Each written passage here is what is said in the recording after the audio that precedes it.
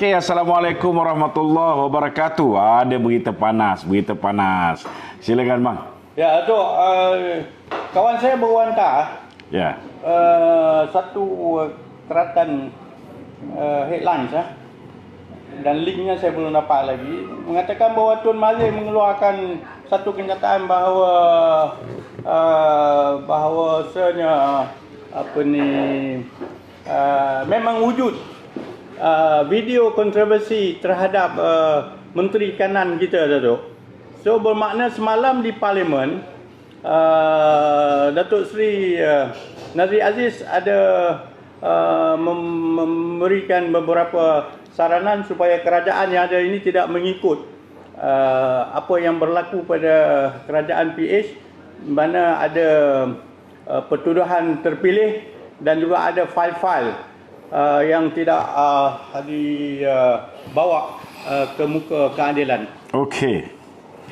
Okey tuan-tuan, ini satu berita yang menarik. Mula-mula dimulakan oleh Azmin Ali yang mendedahkan bahawa Perikatan Nasional sebenarnya bukan Mahathir yang tubuhkan, tetapi sebaliknya yang menubuhkannya ialah bukannya Muhyiddin yang tubuhkan, tetapi sebaliknya yang menubuhkan Perikatan Nasional ialah Mahathir. Mahathir yang marah tuan-tuan kerana rahsia beliau telah dibocorkan, walaupun beliau cuba bermain sandiwara dikala Muhyiddin membentang belanjawan. Beliau antara orang yang termasuk dalam kumpulan 13 yang membantah belanjawan tersebut.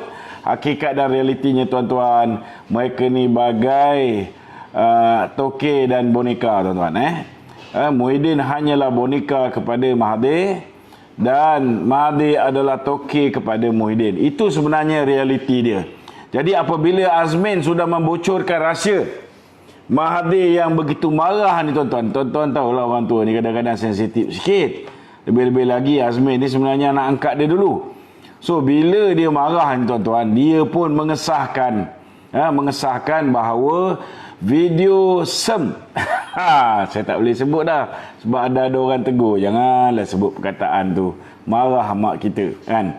Video seks luar tabi'i di antara Azmin dan Haziq, Mahathir mengesahkannya bahawa video itu memang betul wujud. Persoalan dia, apa persoalan dia tuan-tuan? Persoalan dia tanpa disedari, dua ekor malaun ni tuan-tuan, tanpa mereka sedari bahawa kenyataan Mahathir itu mengesahkan kenyataan Yang Berhormat Datuk Seri Nazri Aziz dalam Parlimen hari semalam yang mengatakan bahawa wujudnya selective prosecution ataupun pendakwaan terpilih yang melibatkan Menteri Kanan. Saya nak beritahu dengan tuan-tuan bahawa hari ini yang melindungi Azmin Ali ialah Muhyiddin Yassin. Tetapi sebelum ini selama 22 bulan tuan-tuan, apabila saya membuat laporan polis pada 11 hari bulan Jun tahun 2019 sehinggalah 1 Mac tahun 2020, orang yang melindungi Azmin yang telah tidak meneruskan proses pendakwaan ke atas Azmin, walaupun Haziq pasangan Azmin telah pun membuat akuan bahawa beliau adalah pasangan Azmin di dalam video tersebut. Orang ini tidak lain tidak bukan tuan-tuan ialah Tun Dr. Mahathir sendiri. Jadi dengan pengesahan yang dibuat oleh Mahathir hari ini, Mahathir begitu juga dengan Muhyiddin boleh didakwa di mahkamah tuan-tuan kerana melindungi seorang penjenayah. Macam mana penjenayah ni? Ahli-ahli parlimen kita masih lagi nak benarkan beliau memerintah sedangkan beliau sudah pun kehilangan majoriti di parlimen.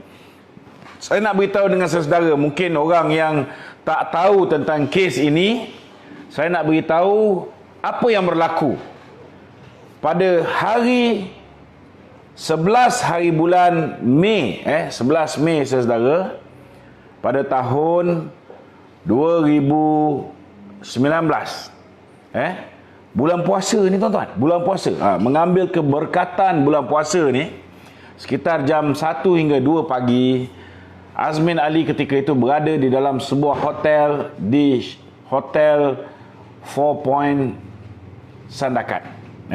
Di Hotel 4 Point Sandakan. Kemudian seorang lelaki yang bernama Haziq telah masuk menggunakan apa dipanggil ni, hoodie dengan baju belang-belang, telah masuk ke dalam bilik Azmin dan berlakunya peristiwa apa yang dipanggil elephant fight elephant. Selama 45 minit. 45 minit tuan-tuan. Pertembungan di antara Azmin dan juga Haziq berlaku selama 45 minit dengan kerja kuat yang dilakukan oleh Haziq selama 20 minit, namun gagal untuk membuat Azmin ini detail ini detail. Jadi saudara, persoalan yang kita nak bangkitkan, nombor satu, apabila saya membuat laporan polis tuan-tuan, sebulan selepas itu, ketika video itu dihantar kepada saya melalui satu grup yang dipanggil Jamuan Raya Azmin Ali. Saya dimasukkan dalam grup tersebut dan satu video telah diupload dalam grup tersebut mengandungi rakaman perbuatan terkutuk Azmin dan Haziq. Dan apabila saya membuat laporan ini tuan-tuan, saya di lock up satu malam. Bukan setakat di lock up satu malam, saudara, Facebook telah pun disable account saya, Lokman Nur bin Adam. Sehingga hari ini disable. Walaupun follower saya dah beratus ribu tuan-tuan, tetapi Facebook telah disable account saya. Pada hari yang sama, Instagram juga telah disable account Lokman Nur bin Adam, account saya. Dan keesokan harinya, saya punya account YouTube juga telah pun di-delete. Hilang begitu saja tuan-tuan. Okey. Ini kehebatan Azmin Ali yang hari ini masih terserlah bila mana saya mendedahkan tentang Zeti yang terlibat dalam konspirasi untuk menjatuhkan Datuk Seri Najib, yang membantu Jolo membawa masuk duit daripada luar. Saudara, akhirnya baru-baru ini mereka telah disable satu akaun Facebook saya, Lokman Adam, tapi disebabkan akaun itu menjadi admin kepada Lokman Nur Adam, mereka ingat saya tidak boleh pakai lagi akaun Lokman Nur Adam ni.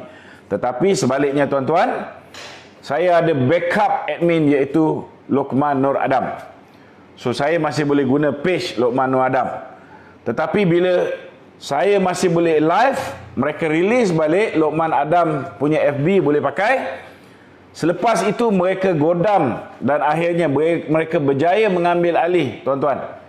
Menggunakan tipu muslihat, menggunakan hackers, akhirnya mereka berjaya mengambil alih page Lokman Adam yang hari ini sudah menjadi page yang menayangkan tentang gambar-gambar seks. Tidak ada sebarang posting, tetapi sengaja dipost di ruang status saya, dan mereka dah remove saya sebagai admin. Saya nak padam tak boleh, saya nak post tak boleh, saya nak live menggunakan akaun tersebut pun tak boleh. Dikawal sepenuhnya oleh geng-geng Azmin dan Barwa-Barwa ini tuan-tuan. Cuma hari ini saya nak beritahu dengan saudara. Pertama sekali bukti yang kita ada jelas ialah bukti video yang dirakam sendiri oleh Haziq. Daripada satu surat pengakuan, pihak Haziq mengaku kepada pihak polis Jabatan Siasatan Jenayah Terkelas Bukit Aman. Haziq mengaku bahawa beliau telah menerima satu bentuk macam power bank, macam power bank, di mana power bank ini ada alat merakam video. Beliaulah yang telah meletakkan alat ini di dalam bilik Azmin, diletakkannya di atas televisyen berdekatan dengan katil yang menyebabkan video di antara Azmin dan Haziq dapat dilihat dengan sangat jelas. Boleh dilihat oleh 32 juta rakyat Malaysia kecuali Ketua Polis Negara Hamid Badu. Dia seorang je tuan-tuan yang tak nampak, yang lain boleh nampak dengan jelas. Okey. Ini pertama, ada video. Dan sebelum ini saya hanya mengantar rakaman video yang bukan asli. Maknanya video tersebut diupload ke dalam WhatsApp. Bila saya ekstrak daripada WhatsApp, ianya bukan video yang asli. Namun ianya cukup untuk digunakan oleh pakar forensik daripada Indonesia, pakar forensik daripada Birmingham, United Kingdom, untuk mengesahkan bahawa si pelaku di dalam gambar tersebut sama seperti gambar Azmin Ali yang kita berikan, sama seperti gambar Haziq yang kita berikan. Maknanya, tuan-tuan, kesahihan video tersebut sudah pun disahkan oleh pakar-pakar forensik video. Tetapi, saudara, sebelum jatuhnya kerajaan Pakatan Harapan 1.0 dan naiknya kerajaan Pakatan Harapan 2.0 alias Perikatan Nasional, saudara, satu pihak telah pun menghantar alat perakam beserta dengan video yang dirakam di dalam alat tersebut, diberikan kepada pihak polis, ditinggalkan di restoran Rebung berhampiran dengan Ibu Pejabat Polis Bukit Aman, dan pihak Jabatan Siasatan Jenayah mengesahkan telah menerima rakaman asal, video asal dan alat perakam asal. Persoalan dia, kenapa sehingga hari ini tidak ada pendakwaan ke atas Azmin? Kedua, salah seorang daripada pelaku itu, Haziq, sudah pun mengaku, tuan-tuan, sudah pun mengaku dan membolehkan Azmin didakwa di bawah Seksyen 377 Kanun Acara Jenayah kerana melakukan seks luar tabi'i bersama dengan Haziq. Sepatutnya Haziq boleh didakwa dan sepatutnya, tuan-tuan, Azmin juga boleh didakwa. Kenapa Mahathir dan juga Muhyiddin melindungi Azmin sehingga hari ini? Ketiga, tuan-tuan, ketika mereka bersama ni, Azmin pegang telefon di tangannya. Maknanya telefon berada di dalam bilik. Begitu juga Haziq juga memegang telefon, dibawa masuk ke dalam bilik Azmin Ali. Saudara, data daripada network provider membuktikan bahawa kedua-dua telefon berada berhampiran di dalam bilik di hotel Four Point Sandakan. Jadi bagaimana mungkin kes ini tidak boleh diteruskan oleh pihak pendakwa raya, sama ada dulu Peguam Negara kita Tommy Thomas ataupun sekarang Idrus Harun. Dua-dua mempunyai cukup bukti, tuan-tuan. Keempat, saya nak beritahu. Keempat, apa lagi yang boleh kita gunakan sebagai bukti? Apabila Azmin duduk di bilik tersebut, Haziq juga duduk di bilik tersebut, mungkin ada cecair yang masih ada yang boleh kita ekstrak DNA daripadanya. Azmin tidur, bantal tu mungkin sarung bantal dicuci, mungkin alas cadar dicuci, tetapi masakan hotel menggunakan sarung bantal dan alas cadar yang waterproof. Maknanya ketika tidur air liur meleleh, air liur itu, tuan-tuan, kita boleh ekstrak DNA daripada air liur tersebut yang mungkin terletak di tilam ataupun terletak di bantal. Jadi persoalan dia, kenapa bukti ini tidak dikemukakan untuk mendakwa Azmin, tuan-tuan? Kelima, tuan-tuan, apabila Azmin masuk bilik tersebut, alat perakam ataupun CCTV hotel tersebut, CCTV hotel tersebut telah merakam Azmin memasuki bilik tersebut. Begitu juga dengan Haziq. Apabila Haziq memasuki bilik tersebut, saudara, perbuatan memasuki hotel tersebut, bilik tersebut, duduk di dalam sana selama 45 minit, ianya dirakam penuh oleh CCTV hotel. Namun sebaik saja saya membuat laporan polis, polis telah pun bergegas, polis yang ditugaskan oleh Hamid Badu telah pun bergegas pergi ke hotel tersebut. Dan tiba-tiba apabila setiausaha politik kepada Anwar Ibrahim keluar daripada tahanan, beliau memberitahu bahawa pihak polis memberitahu beliau bahawa rakaman CCTV hotel tersebut telah hilang. Macam mana telah hilang, tuan-tuan? Sedangkan tak ada orang lain boleh ambil CCTV ini kecuali pihak polis di bawah jagaan Hamid Badu. Jadi saudara, dengan 5 bukti ini, hari ini telah jelas bahawa Muhyiddin Yassin dan Mahathir Mohamad telah melakukan kesalahan jenayah melindungi seorang penjenayah. Bukan setakat itu, telah mengangkat penjenayah ini sebagai Menteri Kanan, tuan-tuan.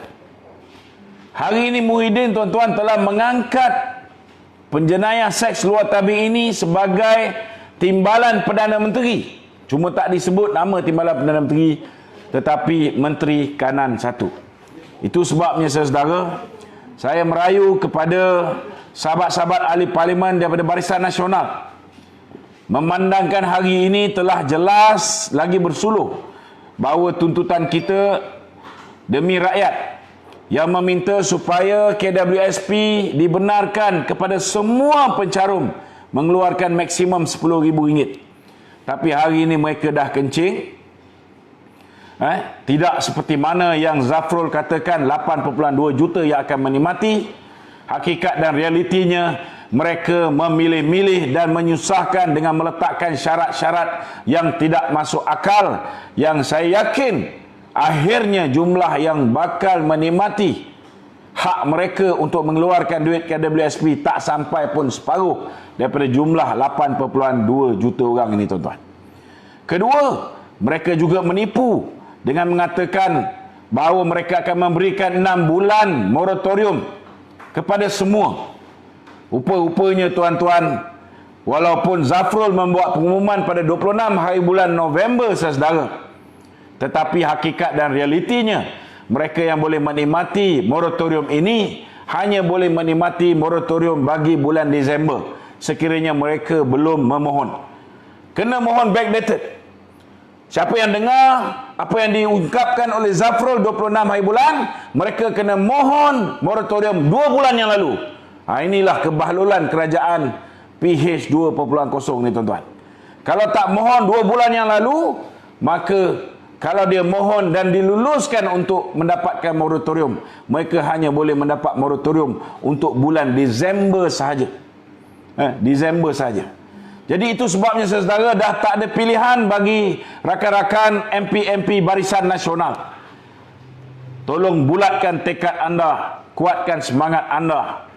Pastikan bajet 2021 ini akan ditolak dalam siri pengundian yang mendatang. Sekian, Assalamualaikum warahmatullahi wabarakatuh.